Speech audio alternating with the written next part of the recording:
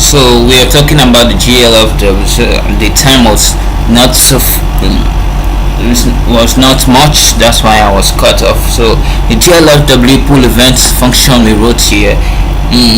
Then we said the GLFW and calls the corresponding functions which we can set via callback method.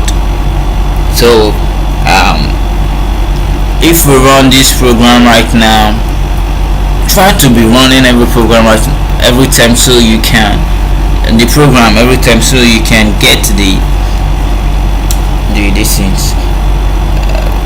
effects. So we are going to put another function, another GLFW function. The function is GLFW swap buffer, and I will say the GLFW swap buffer will swap sorry, there's an undefined reference to glad so let's run it every time and see. Okay, now our window is ready.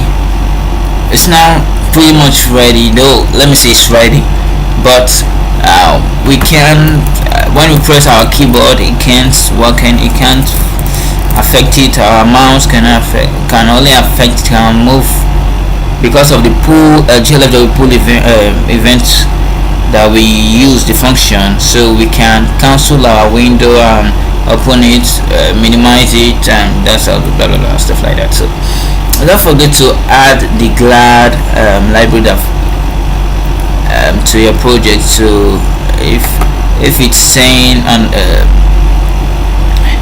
it's giving you, if okay, you are running your program and it's giving you some undefined reference to glad or something like that, you need to add the glad C file to your project. So let's add the GLFW swap buffer. For this function will swap the color buffer, the large buffer that contains color values, and for each pixel in the window, in the GLFW window, that has been used to draw in during this iteration, and show it as output to the screen. So here we are going to put the GLFW before the pool event. So GLFW swap, sorry, I wrote GLFW swap, yep, swap, yeah. Before, when you write some part of this, it will bring out, and then you just click OK instead of writing it all along. So this will swap the color buffer. That is, when you run our window, it was white. I think the client area was white here, just white. So we need to change the color of this thing, like red, blue, green, gray, anyone we want. So the swap buffer will swap. Sorry, not I mean, when we are rendering on a buffer that is back of our window. We have two buffer, so the buffer swap, when we draw a circle on the back buffer, the back buffer comes to the front, so it shows what we draw. So that's what the swap buffer does. So has been used to draw in during the iteration and show it as output to the screen. It swap the buffers like swapping two papers, So in the next tutorial we are going to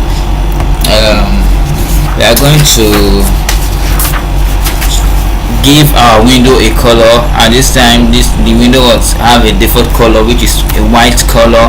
We can zoom our window, and now you see there's not, when we zoom our window, we did not set any color to our window, so it's not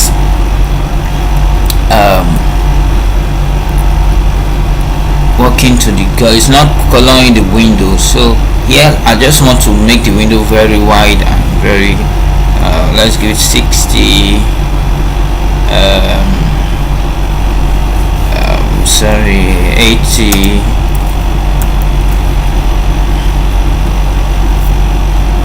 Okay, next tutorial, assuming the next tutorial, the 12th tutorial,